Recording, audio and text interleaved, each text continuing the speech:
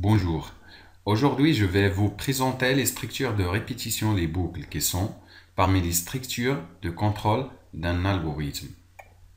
Mais avant tout, j'aimerais bien faire un petit rappel sur la définition d'un algorithme, les étapes à suivre pour concevoir un algorithme, puis la représentation d'un algorithme et finalement les structures de contrôle d'un algorithme. On a vu qu'un algorithme est une procédure décrivant étape par étape une méthode permettant de résoudre un problème. Et le mot algorithmique est la science qui étudie l'application des algorithmes à l'informatique. Ensuite, on a vu les étapes à suivre pour concevoir un algorithme. Pour concevoir un algorithme, il faut suivre les trois étapes. La première étape, lire et comprendre bien l'énoncé des problèmes à résoudre, c'est-à-dire il faut définir les objectifs. La deuxième étape, il faut définir les résultats, les données et le traitement, c'est la relation entre les données et les résultats. La troisième étape, il faut écrire l'algorithme en respectant la structure pseudocode. Pour écrire un algorithme, il faut savoir la représentation d'un algorithme en pseudocode. Un algorithme écrit en pseudocode se compose de trois parties. L'entête, qui commence par le mot algorithme, suivi des noms identifiant l'algorithme, puis point-virgule. La deuxième partie, c'est le bloc de déclaration de données. Dans ce bloc, il faut préciser la nature, le nom et le type des données. Et la troisième partie, c'est le corps, le bloc d'instructions, qui englobe toutes les instructions de l'algorithme. Commence par le mot début et se termine par fin. Voilà un exemple d'un algorithme écrit en pseudocode qui se compose de trois parties. L'entête, bloc de déclaration et le corps. Maintenant, on va voir les différentes structures de contrôle de l'algorithme. Dans la programmation classique, on distingue trois structures. La structure séquentielle, la structure conditionnelle et la structure de répétition, les boucles. La structure la plus simple que l'on puisse trouver dans un algorithme est la structure séquentielle. C'est une suite d'instructions délimitées par les mots-clés début et fin qui s'exécutent séquentiellement, c'est-à-dire l'une après l'autre. Par exemple, un algorithme qui permet de calculer la somme de deux nombres.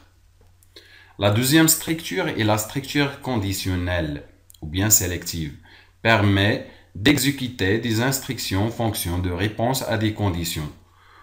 Dans cette structure, on a trois formes. La structure sélective simple, la structure alternative et la structure à choix multiple. Pour la structure sélective simple, son format général est si, condition, alors, instruction, fin si. C'est-à-dire, si la condition est vraie, alors on exécute les instructions. S'il est faux, alors on sort de la structure sélective simple. La deuxième forme, c'est la structure alternative. Dans cette structure, on a deux types, l'alternative complète et alternative imbriquée. On utilise l'alternative complète lorsqu'on a deux choix. Son format général est si, condition, alors, instruction 1, sinon, instruction 2, fin si. C'est-à-dire, si la condition est vérifiée, alors on exécute l'instruction 1. Sinon, s'il est faux, la condition est fausse, alors on exécute l'instruction 2. Pour l'alternative imbriquée, on utilise cette structure lorsqu'on a plusieurs conditions ou bien plusieurs choix. Son format général, si, sinon, fin si, etc. Lorsque l'imbrication des alternatives devient importante, la structure de l'algorithme devient complexe, d'où l'utilisation de la structure à choix multiples. Dans cette structure, Le choix peut se faire suivant la valeur d'une expression ou bien d'une variable. Format général, K, expression vaut, val 1, on va exécuter les instructions 1, valeur 2, on va exécuter les instructions 2, etc. jusqu'à fin K.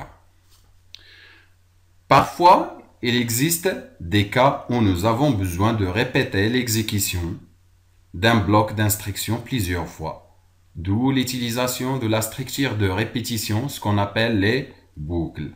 Donc, une boucle permet de répéter un bloc d'instructions plusieurs fois. Pour réaliser une boucle dans un algorithme, nous disposons de trois formes qui sont la boucle tant que, la boucle répète et la boucle pour. Et en résumé, les structures de contrôle, on a la structure séquentielle, la structure conditionnelle et la structure de répétition, ce qu'on appelle les boucles. Dans la structure conditionnelle, on a trois formes, la structure sélective simple, structure alternative et structure à choix multiple. Maintenant, on va voir les structures de répétition, les boucles. On a dit qu'une boucle permet de répéter un bloc d'instructions plusieurs fois. Commençons par la première forme, la boucle tant que, faire. Format général, tant que, condition, faire, instruction 1, fin tant que. C'est-à-dire, si la condition est vérifiée, vrai, alors le bloc d'instruction est exécuté. Alors, le bloc d'instruction 1 est exécuté. Puis, on retourne à la condition pour l'examiner. S'il est vrai, on refait le bloc d'instruction 1 et ainsi de suite. Si la condition est fausse, alors on sort de la boucle. Quelques remarques. Si la condition est fausse au départ, le bloc d'instruction 1 ne sera jamais exécuté. Dans ce cas, l'exécution passe à l'instruction qui suit la boucle tant que. Et pour éviter une boucle infinie, le bloc d'instruction 1 de la boucle tant que doit modifier la condition s'il est vrai. Donc, le bloc d'instruction 1 doit modifier la condition pour éviter une boucle infinie. Voilà un exemple d'un algorithme qui permet d'afficher le message bonjour 5 fois. Alors la solution, on va écrire algorithme bonjour, début. Si on utilise la structure séquentielle, on va écrire bonjour, écrire bonjour, écrire bonjour, écrire bonjour et fin. On remarque que l'instruction écrire bonjour se répète 5 fois. Soit un compteur. On remarque ici que le nombre de répétitions de l'instruction écrire bonjour se répète 5 fois. Heureusement qu'il s'agit ici de 5 fois seulement. Et s'il s'agissait de 5000 fois, la bonne solution est d'utiliser une boucle qui répétait l'instruction écrire bonjour autant de fois que nécessaire. Donc, la méthode est la suivante. Pour écrire un algorithme qui permet d'afficher le message bonjour 5000 fois, on va utiliser une boucle tant que. À la ligne 5, c'est-à-dire au début de la boucle tant que, l'instruction tant que indique à l'algorithme de répéter l'instruction écrire bonjour, puis augmente la valeur de i de 1 à chaque passage dans la boucle tant que, jusqu'à ce que i soit supérieur strictement à 5000 et on sort de la boucle. La deuxième structure de répétition est la boucle répétée jusqu'à. Son format général est répéter l'instruction jusqu'à la condition. C'est-à-dire, on exécute d'abord le bloc d'instruction 1. Ensuite, on examine la condition. Si elle est fausse, alors on refait le bloc d'instruction 1, puis on réexamine la condition et ainsi de suite. Si la condition est vraie, alors on sort de la boucle. Remarque, bloc d'instruction 1 est exécuté au moins une fois, quelle que soit la condition. Soit il est vrai, soit il est fausse. Donc, on va exécuter bloc d'instruction 1. Et pour éviter une boucle infinie, le bloc d'instruction 1 de la boucle répétée doit modifier la condition si elle est fausse.